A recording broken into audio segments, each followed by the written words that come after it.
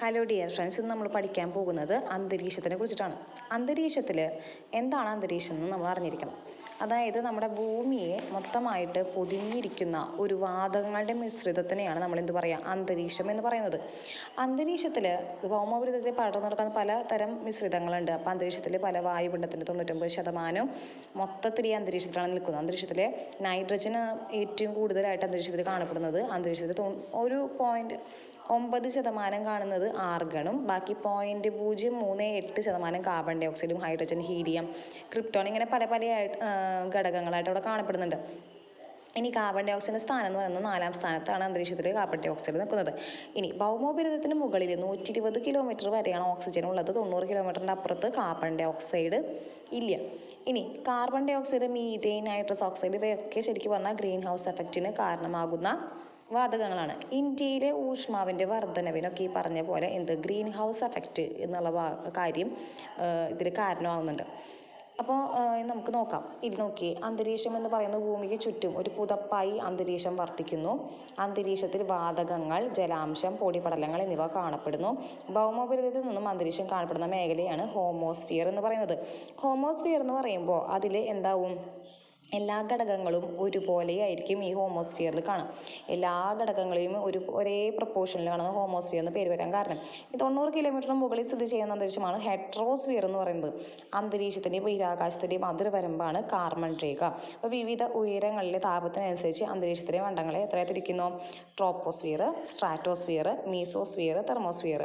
TSMT എന്ന് പറഞ്ഞാൽ മതി. അപ്പോൾ ട്രോപ്പോസ്ഫിയർ, സ്ട്രാറ്റോസ്ഫിയർ, മീസോസ്ഫിയർ, തെർമോസ്ഫിയർ. നമുക്ക് നോക്കാൻ ഓരോ പാളികളെയും കുറിച്ച് നോക്കാം. ട്രോപ്പോസ്ഫിയർ എന്ന് പറഞ്ഞെങ്കിൽ ഭൂമിയോട് ചേർന്ന് നിൽക്കുന്ന സ്ഥിതി ചെയ്യുന്ന അന്തരീക്ഷ മണ്ഡലമാണ് ട്രോപ്പോസ്ഫിയർ. അതിൽ ജൈവമണ്ഡലം സ്ഥിതി ചെയ്യുന്ന അന്തരീക്ഷ ഭാഗം, മേഘരൂപീകരണം, മഴ, മഞ്ഞ്, കാറ്റ്, ഇടിമിന്നൽ എന്നീ അന്തരീക്ഷ പ്രതിഭാസങ്ങളെല്ലാം ഈ മണ്ഡലത്തിലാണ് സംഭവിക്കുന്നത്. ദൈനംദിന കാലാവസ്ഥ വ്യതിയാനത്തിന് കാരണമായ മണ്ഡലമാതേത്? ട്രോപ്പോസ്ഫിയർ. ട്രോപ്പോസ്ഫിയറിൽ 8 തൊട്ട് 18 കിലോമീറ്റർ വരെ ഉയരത്തിലാണ് സ്ഥിതി ചെയ്യുന്നത്. ഭൂമധ്യ രേഖാ പ്രദേശത്ത് ട്രോപ്പോസ്ഫിയറിൻ്റെ ഉയരം എന്ന് പറയുന്നത് 18 കിലോമീറ്റർ ഉയരത്തിലാണ് ഇത് ട്രോപ്പോസ്ഫിയർ ഭൂമധ്യരേഖ പ്രദേശം ഇരിക്കുന്നത്. ഈ ട്രോപ്പോസ്ഫിയറിനെ കുറിച്ചിട്ട് പറയാനായിട്ട് അതിൻ്റെ ഉള്ളിൽ അതിനു മുമ്പ് പറയാനുണ്ട്, ഹ്യൂമിഡിറ്റി ഏറ്റവും കൂടുതൽ കാണപ്പെടുന്നതും ഭൂമധ്യരേഖ പ്രദേശത്താണ്.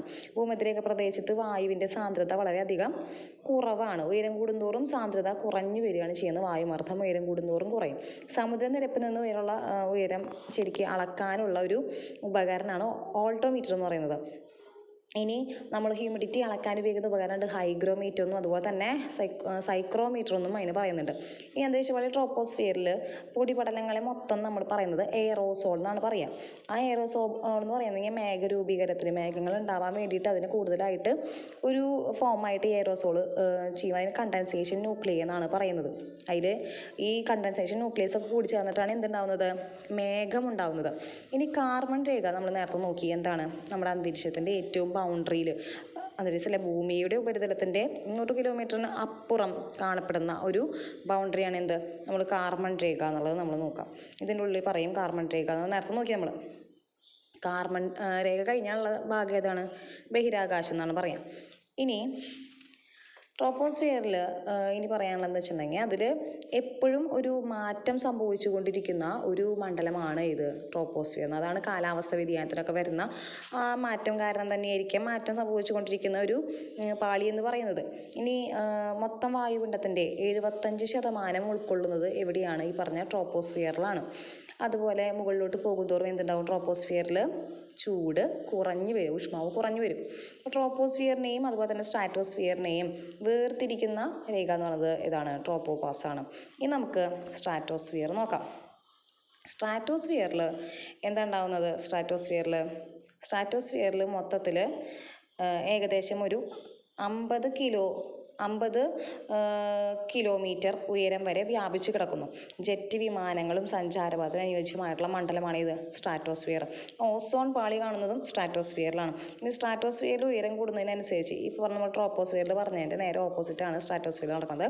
ട്രോപ്പോസ്ഫിയറിൽ പറഞ്ഞ ഉയരം കൂടുന്നതിനനുസരിച്ച് താപം കുറഞ്ഞു വരികയാണെങ്കിൽ സ്ട്രാറ്റോസ്ഫിയറിൽ എങ്ങനെയാണ്? ഉയരം കൂടുന്നതിനനുസരിച്ച് താപം കൂടി വരും. ഇനി ഈ സ്ട്രാറ്റോസ്ഫിയർ ഉയരം കൂടുന്നതിനനുസരിച്ച് താപത്തിൽ മാറ്റം ഉണ്ടാകുന്ന രേഖനെ കൊണ്ടതാണ് ഈ ചിലപ്പോൾ ചില സ്ഥലത്ത് എന്തുണ്ടാവും? താപത്തിന് മാറ്റം ഉണ്ടാവില്ല. മാറ്റം ഉണ്ടാകാത്ത മേഖലയാണ് സമതാപ മേഖല എന്ന് പറയുന്നത്. ഓക്കെ, ഇനി സ്ട്രാറ്റോസ്ഫിയറിനെയും അതുപോലെ തന്നെ മീസോസ്ഫിയറിനെയും വേർതിരിക്കുന്ന ഭാഗം എന്ന് പറയുന്നത് ഏതാണ്? സ്ട്രാറ്റോപാസ് എന്ന് പറഞ്ഞ ഭാഗമാണ്. സ്ട്രാറ്റോസ്ഫിയറിനെയും മീസോസ്ഫിയറിനെയും വേർതിരിക്കുന്ന ഭാഗമാണ് ഇത് സ്ട്രാറ്റോപാസ് എന്ന് പറഞ്ഞ ഭാഗം. ഇനി സ്ട്രാറ്റോസ്ഫിയറിൽ ഉയരം കൂടുന്നതിനനുസരിച്ച് ഊഷ്മാവ് എന്താ ചെയ്യുന്നത്? നേരത്തെ പറഞ്ഞ കൂടുന്നു. ഇനി ഓസോൺ പാളി കാണപ്പെടുന്ന അന്തരീക്ഷ പാളി ഇത് സ്ട്രാറ്റോസ്ഫിയർ ആണ്. ഇനി ഓസോൺ വാതകം കണ്ടെത്തിയ വ്യക്തി ഷോൺ ബെയ്ൻ എന്ന് പറഞ്ഞിട്ടുള്ള വ്യക്തിയാണ്. ഷോൺ ബെയ്ൻ ഓസോൺ പാളി കണ്ടെത്തിയ വ്യക്തി ആരാണ്?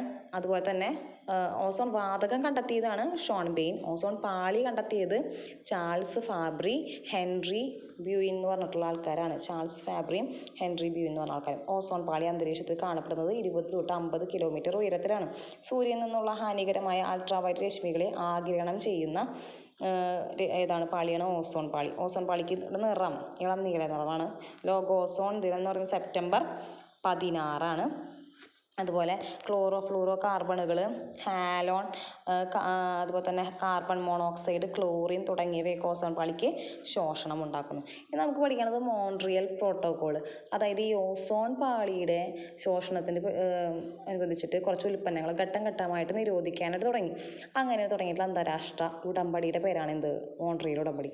മോൺട്രിയൽ ഉടമ്പടി ഒപ്പുവെച്ചത് 1987 സെപ്റ്റംബർ 16 ഇനി മോൺട്രിയൽ ഉടമ്പടി നിലവിൽ വന്ന വർഷം 1989 ജനുവരി 1 മോൺട്രിയൽ സമ്മേളനം നടന്നത് വിയന്നയിലാണ്. നമ്മൾ അടുത്ത പാളിയിലേക്ക് പോകണം. മീസോസ്ഫിയർ. ഇതിൽ മീസോസ്ഫിയർ കാണപ്പെടുന്നത് ഏറ്റവും എവിടെയാണ്? 50 തൊട്ട് 80 കിലോമീറ്ററിൻ്റെ ഉയരത്തിലാണ് മീസോസ്ഫിയർ കാണപ്പെടുന്നത്. ഉൽക്കകൾ കത്തി നശിക്കുന്ന അന്തരീക്ഷ പാളി. അതായതുകൊണ്ട് തന്നെ ഈ മീസോസ്ഫിയറിനെ തണുത്ത പാളി എന്നാണ് അറിയപ്പെടുന്നത്.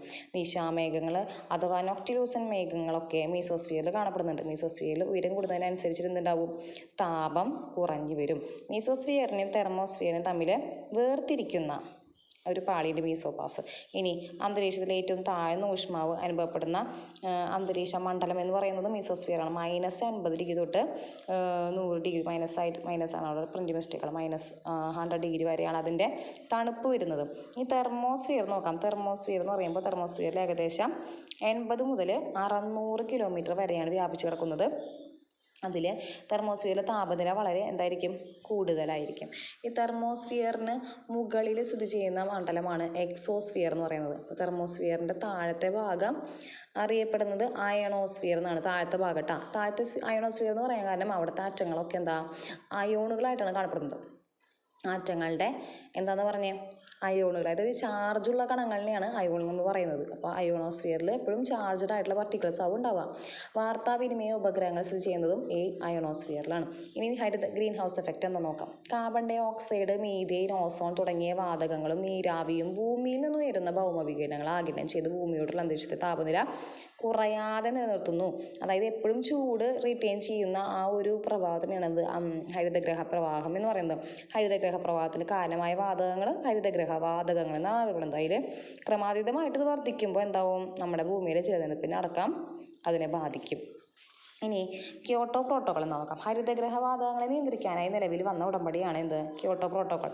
അത് വന്ന വർഷം 1997 ഡിസംബർ 11 1997 ക്യോട്ടോ പ്രോട്ടോക്കോൾ ഉച്ചകോടിക്ക് വേദിയായ രാജ്യം ജപ്പാനാണ്. ക്യോട്ടോ പ്രോട്ടോക്കോൾ നിലവിൽ വന്ന വർഷം 2005 ഫെബ്രുവരി 16 ഇത്രയുമാണ് അന്തരീക്ഷത്തിനെ കുറിച്ചിട്ടുള്ളത്. ഇനി ഈ അറോറ എന്ന് പറഞ്ഞൊരു പ്രതിഭാസം ഉണ്ടാവുന്നത് നമ്മൾ ഈ പറഞ്ഞ റേഡിയോ വേവ്സ് ഒക്കെ ഉണ്ടാവുന്നത് തെർമോസ്ഫിയറിലാണ് ഉണ്ടാവുന്നത്. പിന്നെ ഇത്രയും കാര്യങ്ങളാണ് ഇതിലുള്ളത്, അന്തരീക്ഷം എന്ന് പറഞ്ഞ ഭാഗത്തിലുള്ളത്. എല്ലാവരും വീണ്ടും റിപ്പീറ്റ് ചെയ്ത് കേട്ട് പഠിക്കുക. Thank you.